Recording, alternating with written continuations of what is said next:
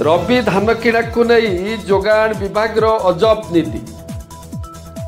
81 जन पंजीकृत चाषी को 2506 क्विंटाल धान बिक्री पाई टोकन आसी हेले समवाय समिति को जोगाण विभाग धान किणवा को टार्गेट देछि मात्र 141 क्विंटाल। टोकन रो समय सीमा 28 दिन रे समाप्त हेबाक थिबा बेले वर्तमान 13 दिन बीती गलानी। एही समस्या को नहीं रेमुणा ब्लॉक अंतर्गत नुआपाड़ी सेवा समवाय समितिर धान बिक्री पाई करिथिबा पंजीकृत चाषी माने आज जिलापाल और जोगाण विभाग अधिकारी द्वारस्थ होइचंती।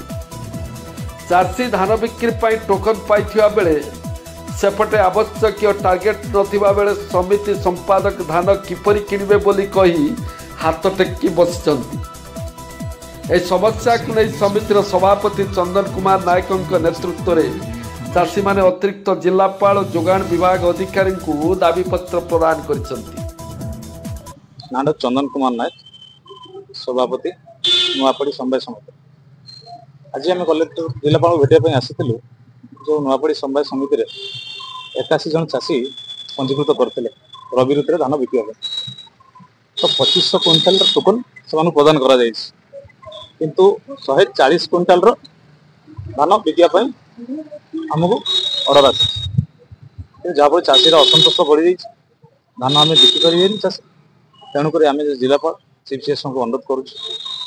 जो 2360 क्विंटाल बड़का रहा टोकन केमी से भरणा करते चाषी एमती सब धान तार चाष धान सब जमी बिकी पार बहुत कष्ट परिश्रम कर चाषी चाष कर धान जब न बिकी पार बहुत कष्ट तेणुक आमर सैटेलाइट माध्यम चाष जमी इनक्वारी करागला इनक्वारी कलापर टोकन प्रदान करागला जब चाषी तार टोकन धान दे पार चाष कहीं कर तेणुक मोर अनुरोध